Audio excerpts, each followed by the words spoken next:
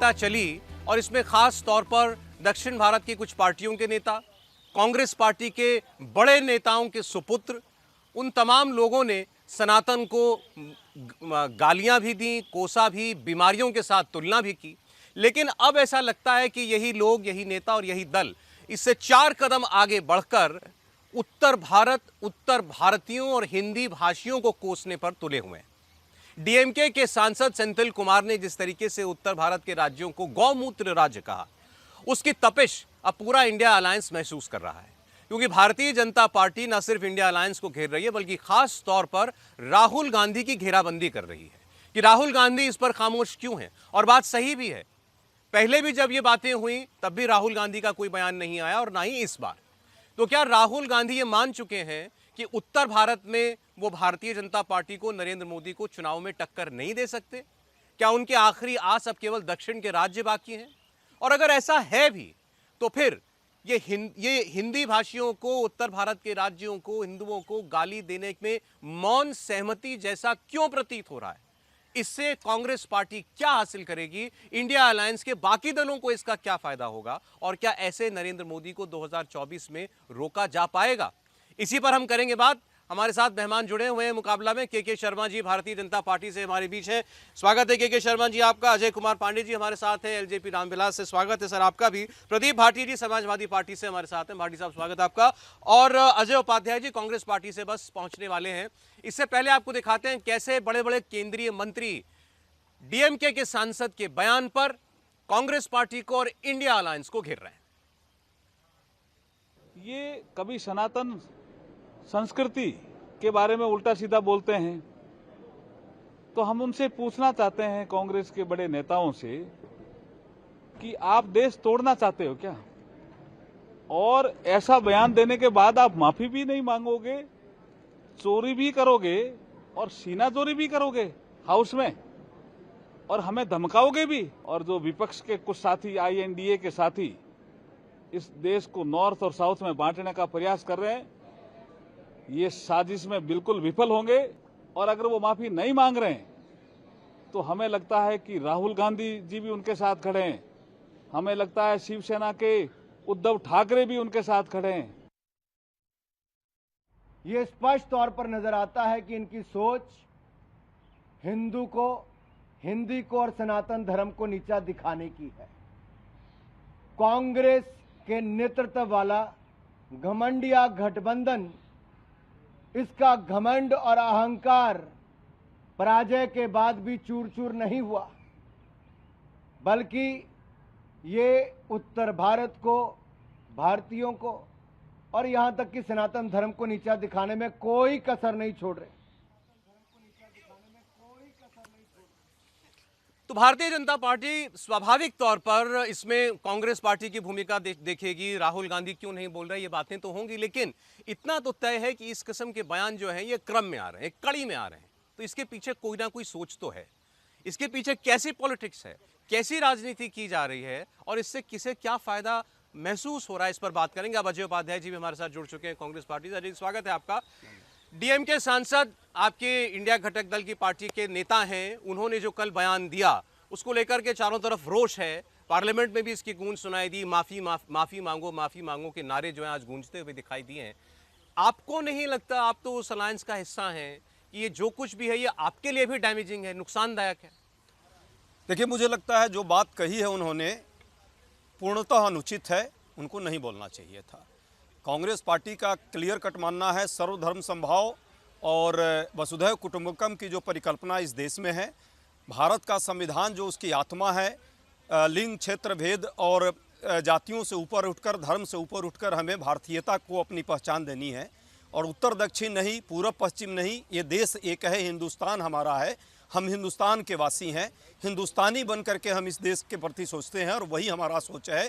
सनातन धर्म के प्रति या किसी भी जाति धर्म के प्रति यदि कोई भी बंटवारा है तो एक तरह से नफरत का वो मामला है और हम मोहब्बत वाले लोग हैं, नफरत वाले। अजय जी, गौमूत्र राज्य में रहने वाले, और आप तरह तरह की चर्चाएं देख रहे होंगे। उत्तर भारतीय अनपढ़ होते हैं, कम्युनल होते हैं, महिलाओं को दबाने वाले होते हैं, अशिक्षित हैं, गरीब हैं, इसीलिए यहाँ बीजेपी जीत रही है। मैं केवल इतना जानना चाह रहा हूँ, क्या ये नैरेटिव आपको किसी भी लिहाज से सूट करता है? नहीं, मेरे लिए नहीं और भाजपा और कांग्रेस और किसी पार्टी दल के लिए नहीं, देश के लिए नैरेटिव सूट नहीं करता यदि कोई भी ये नैरेटिव चला रहा है तो। पर ये बात जरूर है, भाजपा के लोगों का भी, तरुण विजय जी इनके पुराने साथी हैं, 2017 का इनका एक स्टेटमेंट है, आप देखेंगे इसी नोएडा में, आप ही लोगों के समकक्ष उन्होंने रखा था, दक्षिण भारत उत्तर भारत, ये बंटवारे की राजनीति किसी को भी नहीं करनी चाहिए। और गोमूत्र की जहाँ तक बात है, गाय हमारी माँ है और पूरे भारत और पूरे हिंदुस्तान के लिए माँ है, हम उन्हें माँ मानते हैं। इस तरह की बातों को किसी को भी नहीं लेना चाहिए। सनातन धर्म की बात हो या अन्य धर्मों की बात हो, मुझे लगता है हिंदू, मुस्लिम, जैन, ईसाई, बौद्ध सब एक हैं। सर्वधर्म संभाव वाली जो परिकल्पना इस देश की है, वही इस देश में बहुलता में एकता की बात करती है और यही हमारा संविधान कहता है। हमको संविधान के दायरे में रखकर सबको बात करनी। आपकी पार्टी ने कहा कि इसमें हम देखना चाहते हैं राहुल गांधी क्या कहेंगे। राहुल गांधी तो कुछ नहीं बोले, उन्होंने पिछली बार भी कुछ नहीं कहा था। कांग्रेस पार्टी कहती है कि भाई वो हमारे अलायंस का हिस्सा जरूर है, लेकिन अगर एक अलग राजनीतिक दल है, कोई उनको मजबूर नहीं कर सकता कुछ कहने के लिए। नहीं, राहुल गांधी क्यों नहीं बोलेंगे? देश में चूहा मर जाता है तो भी बोलते हैं, लेकिन इतनी बड़ी घटना हो जाए और उनकी जबान बंद रहे तो इसे उनकी मौन समर्थन ही तो माना जाएगा। आखिर ये करोड़ों करोड़ों भारतीयों का अपमान है या नहीं? क्या उनमें जो है राहुल गांधी नहीं आते हैं क्या? राहुल गांधी जी इसके ऊपर क्यों नहीं बोलेंगे? सोनिया गांधी क्यों नहीं बोलेंगी? क्योंकि वो उनके गठबंधन के भी हिस्सा हैं और साथ ही साथ चिदंबरम साहब के बेटे किसके हिस्से हैं? वो तो कांग्रेस के हिस्से हैं। उनका बयान क्या है सनातन के लिए? तो मैं ये कहना चाहता हूँ, और यही नहीं, इनके संगठन मंत्री केसी वेणुगोपाल, उनका बयान क्या है? जब सनातन धर्म को समूल नाश की बात कही गई और ये कहा गया कि ये डेंगू है, मलेरिया है, तो केशव वेणुगोपाल का पहला स्टेटमेंट क्या है कि ये जो है बोलने की स्वतंत्रता है, ठीक है, अभिव्यक्ति की स्वतंत्रता है, नंबर 1। नंबर 2, यही राहुल गांधी जाके केरल में क्या बोले जब इन्हों के अमेठी से इनको हार मिली, और उसके बाद वहां जाकर क्या बोले? ये वहां पर भी तो जाके यही बोले ना कि उत्तर भारतीयों की समझ कम होती है। तो ये क्या था बयान? तो इसके मतलब ये है कि इनकी मानसिकता है, इनके मानसिकता बनी हुई है, इसीलिए आज ये मौन साध के बैठे हैं कि हमें बोलना ना पड़े। और ये इसका ही ये है कि ये समर्थन। और एक बात कह के और समाप्त करूंगा मैं, तो फिर आपका प्रश्न लूंगा।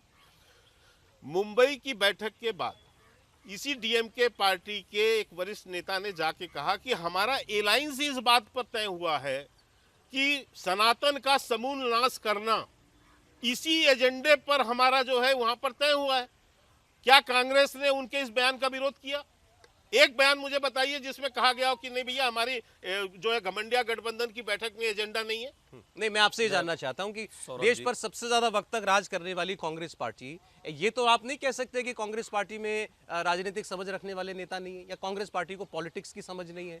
फिर क्यों है ऐसा कि ये लगातार निरंतर ऐसे बयान आ रहे हैं? इसके पीछे कोई तो राजनीति है ना, कोई तो सोच है। बिल्कुल एक सोच है, जिसका आपने शुरुआत में ही जो है अपने जब व्याख्यान में एक बात को रखा।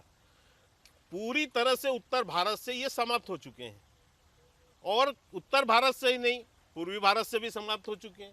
अब इनको आशा की किरण एक दक्षिण भारत में लगती है, और ये सोच रहे हैं कि हम दक्षिण भारत में और उत्तर भारत के बीच एक विभाजन पैदा करें, और विभाजन पैदा करके कम से कम वहाँ हमारी कुछ इज्जत बच जाए। ये हालत है, इसीलिए ये बार बार इस बात को उठाते हैं, और इस तरह से हिंदुओं के ऊपर उनको अपमानित करना, ठीक है, उनको अगेंस्ट बोलना, घृणा पैदा करना, इसका यानी जहर बोना क्षेत्रवाद का, भाषावाद का, जातिवाद का, ये कोई इनका पुराना कोई दक्षिण की सीटों पर नजर है, लेकिन उसके लिए जरूरी नहीं है कि आप उत्तर को गाली दें। देखिए, पहली बात हमारे साथी प्रवक्ता ने कहा, मुझे लगता है कि झूठ सिर्फ बड़े नेता हैं इनके बोलते हैं, सरेआम यहाँ चैनल पर झूठ बोल रहे हैं। कार्तिक चिदंबरम ने क्या सनातन धर्म के बारे में कहा, पहले तो ये बता दें। कभी उन्होंने सनातन धर्म का विरोध नहीं किया। कहा कि इसमें समानता नहीं मिलती, बीच में मैं नहीं बोलता। उन्होंने कहा सनातन धर्म में होने लगेगा, फिर चिल्ला चिल्ला होने लगेगा, मैं बीच में नहीं बोलता। सनातन धर्म पर उन्होंने क्या कही, पहली बात। दूसरी बात, केसी वेणुगोपाल का आपने नाम लिया है, उन्होंने क्या कहा।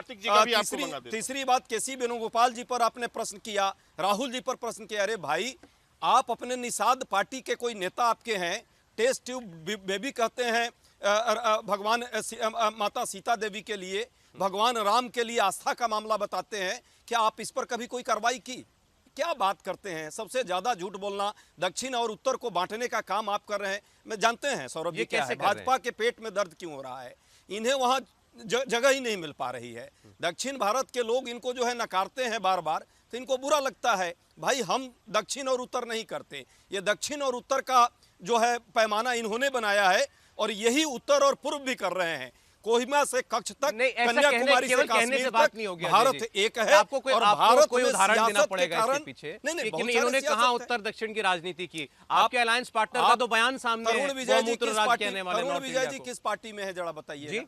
तरुण विजय जी इनके नेता हैं या नहीं है, या छोड़ दिया इन्होंने, उनको हटा दिया है।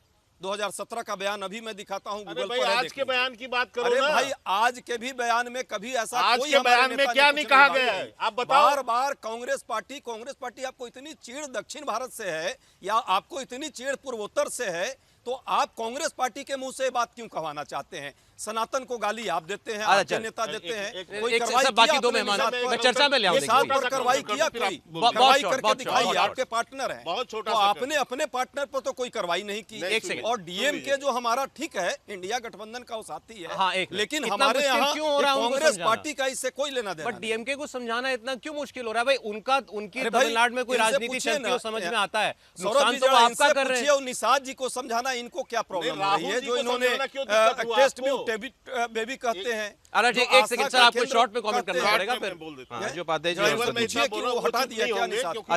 अच्छा ठीक बोले।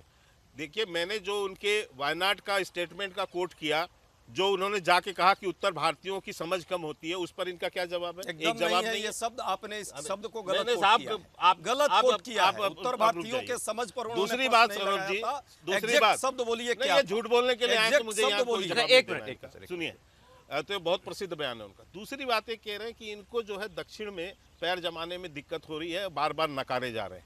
मैं सौरभ जी इतना केवल आपको बताना चाहता हूं कि आज हम देश की तो सबसे बड़ी पार्टी है ही है, सबसे ज्यादा सांसद हमारे देश के अंदर 303 सांसद है।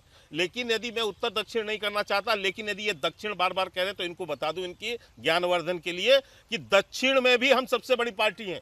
लोकसभा सांसदों में 29 सांसद दक्षिण भारत से हमारे आते हैं, भारतीय जनता पार्टी के, कांग्रेस के 27 और डीएमके के 23 जी। हम आज भी वहां सबसे बड़ी पार्टी हैं। तो आप हमें ये मत बताइए कि दक्षिण हमारा जो है, दक्षिण में हमारे पास पांडे जी क्या आप इसके पीछे पॉलिटिक्स देख पा रहे हैं? क्या अब पार्टियां भी बांटेंगी देश को उत्तर दक्षिण में? नहीं, आपने बहुत सही सवाल पूछा सौरभ जी। और जहां तक आपने यहाँ देखा कि कांग्रेस के प्रवक्ता संविधान को याद कर रहे हैं और कह रहे हैं ऐसा होना अनुचित है, सही नहीं है। अच्छी बात है, हमें धर्म को मानने की स्वतंत्रता है, लेकिन किसी भी धर्म को। लेकिन मुझे लगता है कि यह बयान या कांग्रेस का यह स्टैंड बहुत देर से आया है, क्योंकि उसी तमिलनाडु में बिहार के मजदूरों पे हमला होता है। चिराग पासवान वहां जाते हैं, कांग्रेस की सरकार बिहार की सरकार के साथ मिली हुई है, एक बयान नहीं आता है। तो सवाल सिर्फ उत्तर दक्षिण का नहीं है। बिहार में बिहार के मजदूर महाराष्ट्र में पिटे जाते हैं, इनकी सरकार दिल्ली में होती है, कभी तो बयान नहीं आया। दलित की बेइज्जती, रामविलास पासवान की बेइज्जती सरेआम नीतीश कुमार करते हैं, मांझी जी करते हैं। क्या वो संविधान परख है? उस पर कांग्रेस ने कोई स्टैंड लिया? महिलाओं के खिलाफ लगातार हमले इस देश में होते हैं, क्या कांग्रेस का कोई स्टैंड आया? मैं तो यही सलाह दे सकता हूं कि नफरत की काई पे आप इस तरह दौरा न करें, गिरकर टूट जाएगी आपकी भी वफा की हड्डियां। जनाब, ये हो क्यों रहा है? जो दक्षिण की दुहाई दे रहे हैं, उस दक्षिण से क्या संदेश आ रहा है? उस दक्षिण से संदेश आ रहा है कि रीजनल पार्टी का दौर समाप्त हो रहा है। आपने देखा कि किस तरह से वहां पे कांग्रेस को सत्ता मिली, रीजनल पार्टी को जनता ने नकारा। तो अब यह लड़ाई बढ़ेगी, क्योंकि ये भले अपने को इंडिया अलायंस का लीडर मानते हैं, उधर नीतीश जी बौखलाए हुए हैं तेलंगाना के इस मतपत्र के संदेश से, उधर स्टालिन बौखलाए हुए हैं। तो यह चलेगा और कांग्रेस की कोई सुनने वाला नहीं है। इधर केजरीवाल जी कह रहे हैं मैं बड़ा नेता, उधर इस गठबंधन में आपने राहुल गांधी के अलावा किसी को भी स्टार कैंपेनर बन करके जो इनका गठबंधन है प्रचार में जाते देखा? हमारे यहाँ तो अगर बाई अभी तो इलेक्शन मौका ही नहीं था होता इनके है, पास कि ये और किसी दल को मिलाकर के लड़ते। मध्य प्रदेश में जरूर आलोचना हुई कि अखिलेश यादव नहीं के साथ आप नहीं रहे। प्रचार में भी नहीं ले गए किसी को, कोई आपका स्टार कैंपेनर भी ये नहीं बात ठीक है। तो एक तरफ तो आप कह रहे हैं साथ चलो और राग गा रहे हैं एकला चलो का, ठीक, तभी तो एक ममता सेकंड, दीदी एक सेकंड। कहती हैं आपका प्रदीप जी अस्तित्व मैं आ रहा हूँ एक कहाँ है? मिनट में आपके पास। देखिए लेकिन नहीं, सोच में कहीं कोई बुनियादी बात बैठी हुई है जो अब निकल करके बाहर आ रही है। मैं आपको एक उदाहरण और दे रहा हूँ, आप ही की पार्टी से जुड़ा हुआ। अब तो आपने कह दिया कि आपके सेल्फी लीडर होंगे रेवंत रेड्डी तेलंगाना के अंदर। उनका क्या स्टेटमेंट आया? उन्होंने कहा केसीआर जिनको उन्होंने हराया है ये तो मूलतः बिहारी हैं और बिहारी कुर्मी हैं, इनके दादा परदादा आकर के आंध्रा में बस गए थे, तो और बिहार का तेलंगाना का डीएनए बिहार के डीएनए से सुपीरियर है। अब ये जो डीएनए वाली दुहाई देने वाली बात हो जाती है सर, इसमें कहीं ना कहीं एक बहुत गहरी बीमारी है सोच में। देखिए रेवंत रेड्डी जी ने क्या बात रखी है और किस संदर्भ में रखी है, मुझे लगता है मैंने जो आपको एग्जैक्टली बताया हाँ, यही आप एक जिम्मेदारी से कह रहा गंभीर हूं। पत्रकार हैं और आप इस भावना को समझते होंगे। मुझे लगता है केसीआर के बारे में जो वहाँ पे चीज़ें हैं वो सबको पब्लिक डोमेन में है, वो क्या है, कहाँ से आए हैं, क्या क्या किया है, क्या नहीं किया है। लेकिन हमारे बिहार का साथी 10 डीएनए सेकंड, कमतर होता सिर्फ है 10 सेकंड साउथ के डीएनए दीजिए। से। हमारे साथी ने जो अभी कहा अजय जी बहुत ही विद्वान वकील है और ठीक है कि एलजेपी को ये आज प्रोटेक्ट कर रहे हैं, लेकिन क्या बिहारियों के बारे में जब जब महाराष्ट्र में कांड हुआ, जब जब कार्रवाई हुई, एक व्यक्ति का नाम बता दीजिए जो इस पर चर्चा किया हो और वहां जाकर के बिहारियों के साथ हमदर्दी रखने का काम किया हो। हालांकि हम राष्ट्रीय पार्टी हैं, हमारा उद्देश्य किसी जाति धर्म और क्षेत्र के नाम पे बंटवारा नहीं, चाहे वो दिल्ली हो चाहे वो देश का किसी कोना हो। जो भी व्यक्ति पर यदि कोई अत्याचार होगा तो वो किसी क्षेत्र के नाम पे अत्याचार नहीं है, किसी धर्म के नाम पे अत्याचार नहीं है, भारतीयता और हिंदुस्तान पर वो अत्याचार होता है। हम उसी रूप में मानते हैं। महिलाओं की बात की, कितनी बार मणिपुर में जो कार्रवाई हुई है उस पर ये प्रश्न लगाते हैं। अभी लगाइए अपने साथी पर कि मणिपुर में आज भी घटनाएं हो रही हैं, कल भी इतने लोग मारे गए हैं कि महिलाओं के साथ बेरहमी से अत्याचार हो रहा है। कोई कुछ तो पूछिए प्रश्न। हर बार कांग्रेस पर ही प्रश्न पूछिएगा। कांग्रेस ने दलितों के उत्थान के लिए, महिलाओं के कल्याण के लिए और युवाओं के हित के लिए जो काम किया, अगले 70 साल भी आप लोगों को ईश्वर मौका देंगे तो भी नहीं कर पाइएगा। लेकिन मौका 24 के बाद नहीं मिलेगा, 24 के बाद नहीं मिलेगा, 24 के बाद कोई मौका नहीं है। दिया तीनों राज्यों से इतना काम किया, पूरा देश देख रहा है आपने क्या किया है। आप पूरा देश देख रहा है। वो अहंकार में मत रहिए, अहंकार किसी का नहीं चला है। जब रावण का अहंकार ध्वस्त हो गया तो हम और आप आदमी आप हैं। जैसे रावण का अहंकार ही ध्वस्त किया है जनता ने। राहुल गांधी देख का रहा है अहंकार देश। ही- राहुल गांधी का अहंकार ही ध्वस्त गलती किया का है। जवाब दूसरे हमने की गलती व्यक्तिगत गिनाना, गाली का आप पर जवाब आक्षेप गाली नहीं नहीं लगाया। होना चाहिए, नहीं होता है। लेकिन लेकिन इनकी बात ठीक है। रावण आपके कौन है सही इस सर एक देश सेकंड में और मैं आपकी राम बात कौन है पूरा देश मैं देख आपकी रहा बात जैसे क्षेत्रवाद की जहां तक बात है तो ये जहर के बीज बोने वालों की कमी नहीं है। फिर ये बंटवारा क्षेत्रवाद की करने वाले पॉलिटिक्स खुद जो हैं। है, चाहे शिवसेना ने की हो जब आपकी सहयोगी हुआ करती थी, चाहे राज ठाकरे की पार्टी आज भी करती हो, होता है, उसको भी गलत कहना चाहिए। देखिए क्षेत्रवाद की राजनीति का यदि आप बुनियाद देखेंगे सौरभ जी, तो ये नेहरू के जमाने से कांग्रेस पार्टी का सिद्धांत रहा है। और मैं आपको बताता हूं कैसे इस देश के अंदर राज्यों का जो बंटवारा किया गया वो किस आधार पे हुआ? क्षेत्र के आधार पे, भाषा के आधार पे, भाषा और क्षेत्र के आधार पर ये सारे राज्य बनाया। ये नेहरू की देन है।